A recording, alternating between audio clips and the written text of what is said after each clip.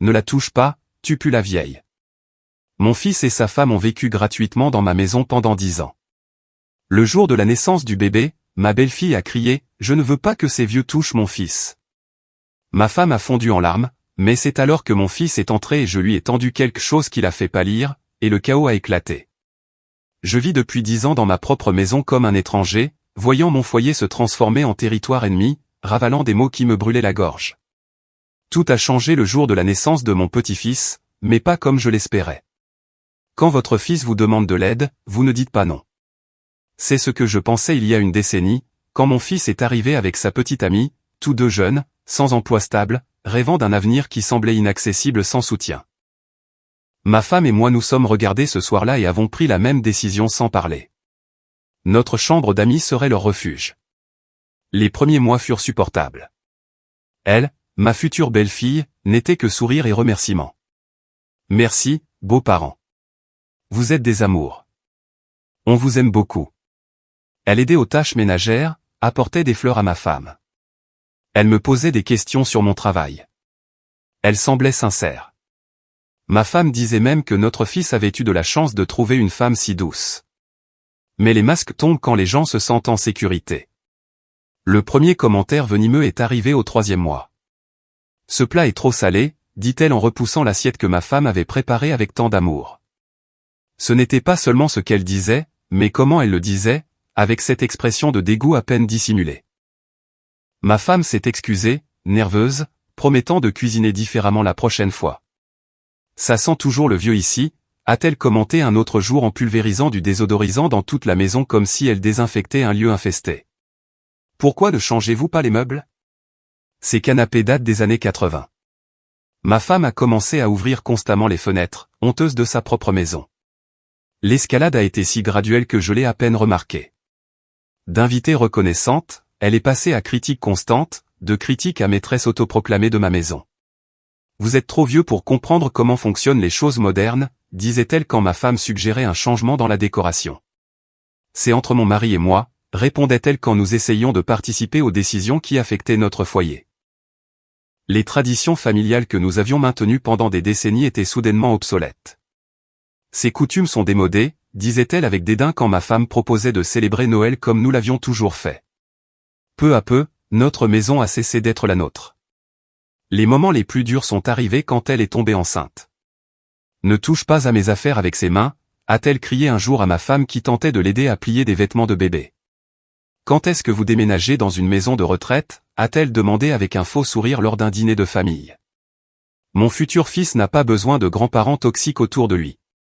Chaque mot était un coup de poignard, mais le pire était de voir mon fils. Mon propre fils, l'enfant que j'avais élevé avec tant d'amour, a commencé à changer. Nos conversations sont devenues rares, forcées. Il ne me demandait plus de conseils, ne venait plus me raconter ses problèmes. Ta mère me regarde bizarrement, lui disait-elle. Tes parents ne m'acceptent pas, elle se plaignait constamment. Où avais-je échoué dans son éducation? Cette question me torturait la nuit. Je voyais dans ses yeux des moments de doute, surtout quand elle attaquait avec plus de cruauté, mais il ne disait jamais rien. Il avait appris qu'il était plus facile de maintenir la paix que de défendre ce qui est juste. Ma femme pleurait toutes les nuits en silence. Je la trouvais dans la salle de bain, des larmes silencieuses coulant pendant qu'elle se brossait les dents, ou dans la cuisine, séchant rapidement ses yeux quand j'entrais.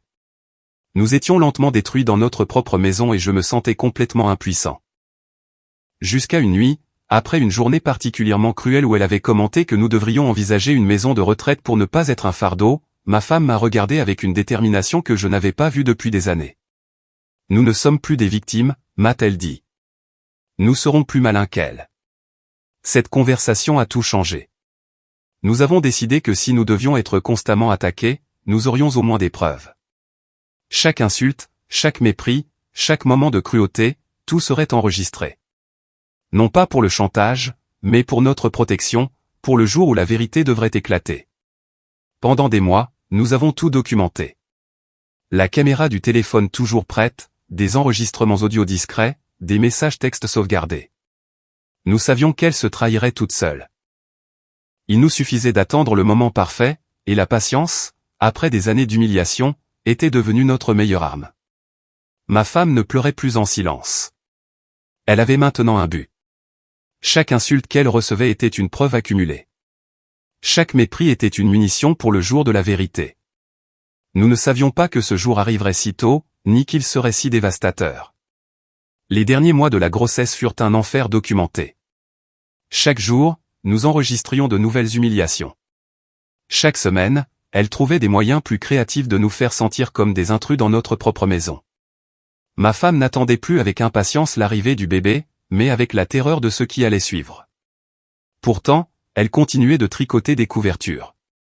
Elle continuait de laver et relaver les vêtements de bébé. Elle continuait de s'accrocher à l'espoir que devenir grand-mère la récompenserait de toute sa souffrance. Le jour où les contractions ont commencé, ma belle-fille m'a crié depuis le salon, « Appelez votre fils maintenant », comme si j'étais son serviteur personnel. Mais j'ai obéi, car je savais que ce jour serait différent. Ce jour-là, nous aurions la preuve dont nous avions besoin. Mon téléphone était chargé à 100%. L'accouchement a duré 14 heures. 14 heures à attendre dans cette salle d'hôpital qui sentait le désinfectant et la peur, à voir mon fils faire les 100 pas comme un animal en cage. Ma femme tricotait en silence, ses aiguilles produisant le seul son constant dans cette attente interminable. Quand ils ont finalement annoncé qu'il était né, j'ai pensé que tout changerait, que l'arrivée de mon petit-fils adoucirait le cœur de pierre de ma belle-fille, que la maternité la rendrait plus humaine. Je me suis complètement trompé. Dès le premier instant à l'hôpital, les signes étaient là. Quand ma femme s'est approchée de la vitre de la nurserie pour voir son petit-fils, ma belle-fille l'a intercepté. Les grands-parents peuvent regarder, mais de loin.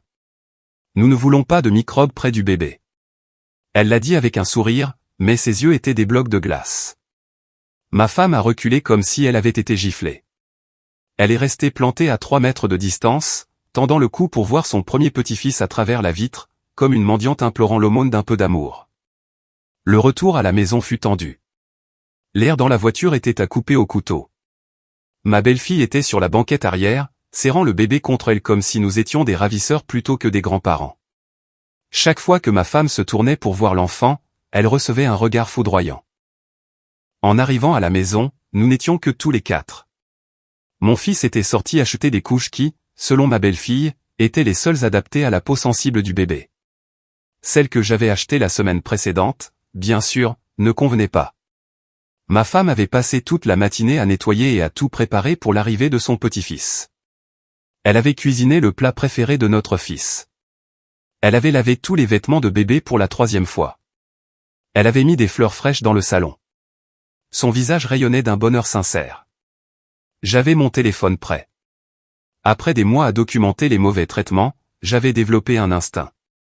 Je savais quand elle était sur le point d'attaquer, et ce jour-là, son regard avait cette étincelle familière de cruauté contenue.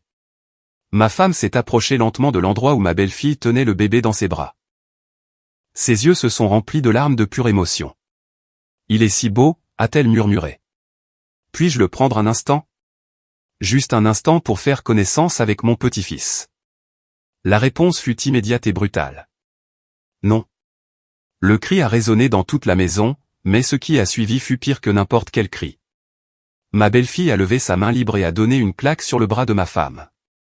Un coup sec, violent, qui a produit un son que je n'oublierai jamais. Le son de la main d'une jeune femme frappant une femme de 65 ans qui voulait seulement faire connaissance avec son petit-fils. Ma femme a chancelé en arrière, plus sous le choc que sous la force du coup. Son visage s'est décomposé en une expression de douleur si profonde que j'ai eu l'impression qu'on m'arrachait le cœur. « Ne la touche pas, tu pues la vieille. » Les mots sont sortis de sa bouche comme du venin pur, comme si elle avait gardé cette phrase spécifiquement pour ce moment, pour causer le maximum de dégâts possible. Mais elle ne s'est pas arrêtée là. Je ne veux pas que ces vieux touchent mon fils. Restez loin de lui. Ma femme a éclaté en sanglots. Pas les pleurs silencieux auxquels je m'étais habitué pendant des années. C'étaient des pleurs déchirants, primitifs, le son d'une grand-mère à qui l'on venait de voler la chance de connaître son petit-fils. Elle a mis ses mains sur son visage et a sangloté comme je ne l'avais jamais vu sangloter. J'ai gardé mon calme. Je ne sais pas comment, mais je l'ai fait. J'ai continué à enregistrer avec le téléphone, capturant chaque seconde de cette brutalité. Ma main tremblait de rage. Chaque fibre de mon être voulait bondir pour défendre ma femme, mais je savais que ce moment était exactement ce que nous attendions. La preuve ultime, l'évidence irréfutable de qui était vraiment cette femme. Ma belle-fille a continué à crier pendant que ma femme pleurait. J'en ai marre de vous deux, toujours à vous mêler de ceux qui ne vous regardent pas. C'est mon fils et c'est moi qui décide qui le touche et qui ne le touche pas, chaque mot a été enregistré, chaque seconde de cruauté capturée en haute définition. Quand elle s'est enfin calmée, je me suis approché de ma femme et je l'ai prise dans mes bras. Elle tremblait contre ma poitrine, murmurant « Pardon », comme si c'était elle qui avait fait quelque chose de mal. « je suis désolée, répétait-elle entre deux larmes. Je voulais juste connaître mon petit-fils. Ma belle-fille nous observait avec satisfaction, comme si elle venait de gagner une bataille importante. Le bébé avait commencé à pleurer à cause du vacarme, mais elle ne semblait pas s'en soucier. Elle avait atteint son objectif, nous humilier au moment qui aurait dû être le plus heureux de notre vie.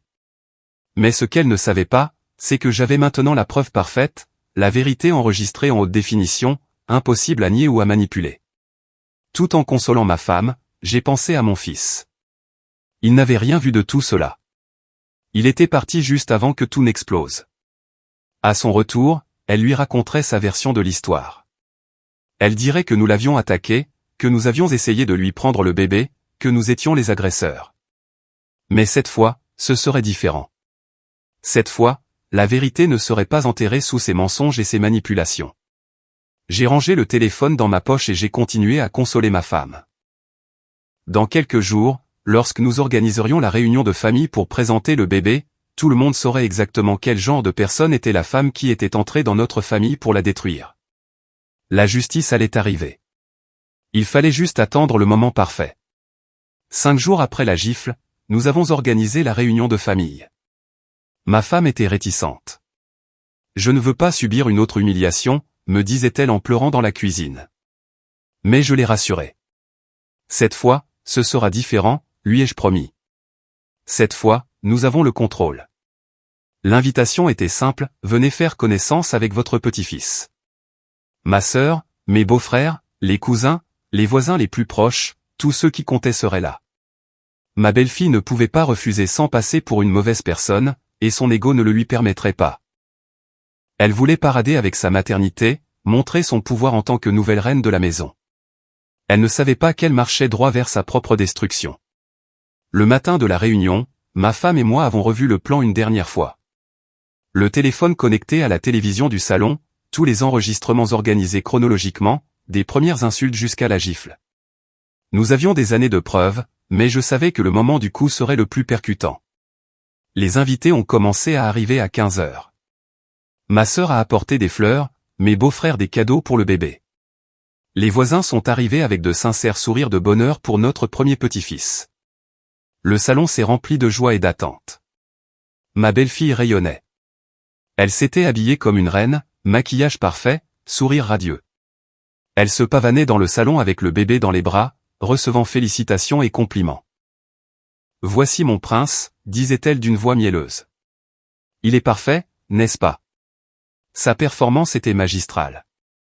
Personne n'aurait imaginé que cette femme douce et maternelle était la même qui, 5 jours plus tôt, avait frappé une femme âgée simplement parce qu'elle voulait connaître son petit-fils. Ma femme était assise dans un coin, observant de loin. Certains membres de la famille se sont approchés pour lui demander pourquoi elle ne portait pas le bébé. « Elle est un peu enrhumée », ai-je menti. « Nous ne voulons pas contaminer le petit. » Ma femme m'a regardé avec une gratitude silencieuse. À 16h30, mon fils est rentré du travail. J'avais calculé le moment parfait. Le salon était plein, tous les témoins importants étaient présents et ma belle-fille était au sommet de sa confiance. « Chérie », ai-je dit à mon fils alors qu'il saluait les invités. « Viens ici, j'ai quelque chose à te montrer. » Son sourire a disparu quand il a vu mon expression sérieuse. Les conversations ont continué dans le salon, mais je savais que dans quelques minutes, tout cela changerait pour toujours. Je lui ai tendu le téléphone. « C'est important que tu vois ça », lui ai-je dit. Tout le monde a besoin de le voir. Son visage s'est transformé tandis qu'il connectait le téléphone à la télévision. Ses mains tremblaient en voyant le premier fichier vidéo. « Qu'est-ce que c'est, papa ?» a-t-il demandé d'une voix brisée. « C'est la vérité sur ta femme », ai-je répondu. « La vérité que tu as refusé de voir pendant des années. » Le premier enregistrement a commencé à être diffusé sur le grand écran. Le son a rempli la pièce, interrompant toutes les conversations. C'était un clip datant de 6 mois. Ma belle-fille criant sur ma femme, « Arrête de toucher à mes affaires avec tes mains dégoûtantes. » On dirait une mendiante. Le silence dans la pièce fut immédiat. Tout le monde s'est tourné vers la télévision, confus d'abord, puis horrifié. Ma belle-fille a pâli, mais elle ne comprenait pas encore l'ampleur de ce qui se passait. Le deuxième clip a commencé automatiquement, puis le troisième. Des années de mauvais traitements documentés défilaient sous les yeux de toute la famille. Chaque insulte, chaque humiliation, chaque moment de cruauté que nous avions subi en silence. Mon fils était paralysé. Son visage avait perdu toute couleur. Ses mains tremblaient en tenant la télécommande, incapable d'arrêter ce qu'il voyait. Mais le pire était à venir. La vidéo de la gifle a commencé. L'image de ma femme s'approchant doucement du bébé a rempli l'écran. Sa voix douce demandant à connaître son petit-fils. Et puis le coup. Le son sec a résonné dans tout le salon, amplifié par les haut-parleurs. Ne la touche pas, tu pues la vieille. Les mots sont sortis du téléviseur comme une gifle pour toutes les personnes présentes. 20 personnes voyant en temps réel comment une jeune femme frappait et humiliait une grand-mère qui voulait seulement connaître son petit-fils. Je ne veux pas que ces vieux touchent mon fils. Ma sœur a porté ses mains à sa bouche. Mes beaux-frères ont échangé des regards d'horreur. Les voisins murmuraient entre eux, montrant ma belle-fille du doigt avec des expressions de dégoût et de répulsion. Le chaos a éclaté. Mon fils a lâché la télécommande comme si elle le brûlait. Il s'est tourné vers sa femme avec une expression que je n'avais jamais vue sur son visage, un mélange de trahison, de honte et de rage qui a fait reculer instinctivement ma belle-fille. « Comment as-tu pu » a-t-il murmuré. « Comment as-tu pu frapper ma mère » Les invités ont commencé à parler tous en même temps. C'est terrible. Comment peut-elle traiter ses beaux-parents comme ça? Et nous qui pensions que c'était une sainte. Pauvre dame. Ma belle-fille a tenté de se défendre. C'est sorti de son contexte. Ils m'ont provoqué. Ils m'attaquent toujours. Mais personne ne la croyait. Les vidéos parlaient d'elles-mêmes. Ma sœur s'est approchée de ma femme et l'a serrée dans ses bras. Je suis tellement désolée, lui a-t-elle dit, les larmes aux yeux. Nous ne savions pas ce que tu traversais. C'est de la maltraitance sur personne âgée, a dit mon beau-frère, qui travaille dans le système judiciaire. C'est un délit. Tu pourrais aller en prison pour ça. La mention des conséquences légales a fait paniquer ma belle-fille. Vous ne pouvez pas utiliser ces enregistrements. C'est illégal d'enregistrer sans mon consentement, a-t-elle crié, désespérée. Tu es chez nous, ai-je répondu calmement. Nous avons tout à fait le droit d'enregistrer ce qui se passe sur notre propriété. Et après ce que nous venons de voir, je pense que tous ces témoins pourraient témoigner en ta défaveur, n'est-ce pas? Des murmures de soutien ont rempli la pièce. Personne n'allait défendre l'indéfendable. Mon fils a pris le bébé des bras de sa femme. C'est fini, lui a-t-il dit d'une voix ferme. Fais tes valises. On s'en va maintenant. On s'en va, a-t-elle demandé, confuse. C'est toi qui pars, l'a-t-il corrigé. Moi, je reste ici jusqu'à ce que je trouve un endroit décent pour mon fils. Un endroit où les grands-parents peuvent connaître leur petit-fils sans se faire frapper. L'humiliation de ma belle-fille était totale. Toute la famille, tous les amis, tous ceux qui l'avaient vue comme la belle-fille parfaite connaissaient maintenant son vrai visage. Son règne de terreur avait pris fin en quelques minutes. Elle est sortie de la maison en traînant une valise, escortée par les regards méprisants de 20 personnes qui ne la verraient plus jamais de la même manière.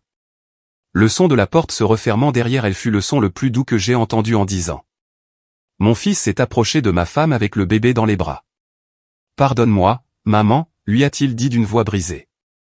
Pardonne-moi de ne pas t'avoir défendu, de ne pas avoir vu ce qui se passait. » Ma femme l'a serré dans ses bras tandis que les larmes coulaient sur son visage. Cette fois, ce n'étaient pas des larmes de douleur, mais de soulagement. Elle pouvait enfin connaître son petit-fils en paix. 8 mois se sont écoulés depuis ce jour et je peux dire en toute honnêteté que je ne regrette rien. Mon fils vit de nouveau avec nous, mais cette fois, c'est différent. Cette fois, il y a du respect. Il contribue aux dépenses, aide à la maison et, plus important encore, il protège sa vraie famille. Il a appris la différence entre maintenir la paix et permettre les abus. Mon petit-fils n'est plus un étranger pour nous. Ma femme s'en occupe 3 jours par semaine pendant que mon fils travaille. Elle le regarde ramper sur le même tapis où elle a été humiliée pour avoir voulu le connaître. L'ironie ne m'échappe pas, mais je préfère appeler cela la justice. Ma belle-fille a tenté de revenir 2 fois. La première fois, elle est arrivée en pleurant, demandant pardon, promettant de changer. Mon fils l'a écoutée sur le seuil de la porte, mais ne l'a pas laissée entrer. La deuxième fois, elle est venue avec un avocat, menaçant de lui retirer la garde de l'enfant. L'avocat a changé d'avis quand il a vu nos enregistrements. La leçon la plus importante que j'ai apprise est que nous aurions dû poser des limites dès le premier jour. La générosité sans limite n'est pas une vertu, c'est une faiblesse qui invite à l'abus. Tout donner ne signifie pas que vous devez tolérer qu'on vous prenne tout, y compris votre dignité. Ma femme ne pleure plus en silence. En fait, hier, je l'ai entendue chanter une berceuse à son petit-fils, la même qu'elle chantait à notre fils il y a 30 ans. Sa voix semblait heureuse pour la première fois en une décennie. Quand les gens me demandent si je me sens mal d'avoir exposé publiquement ma belle-fille, je leur dis la vérité, je me sens mal d'avoir mis si longtemps à le faire, d'avoir permis que les abus continuent pendant des années, d'avoir privilégié une fausse paix à la vraie justice.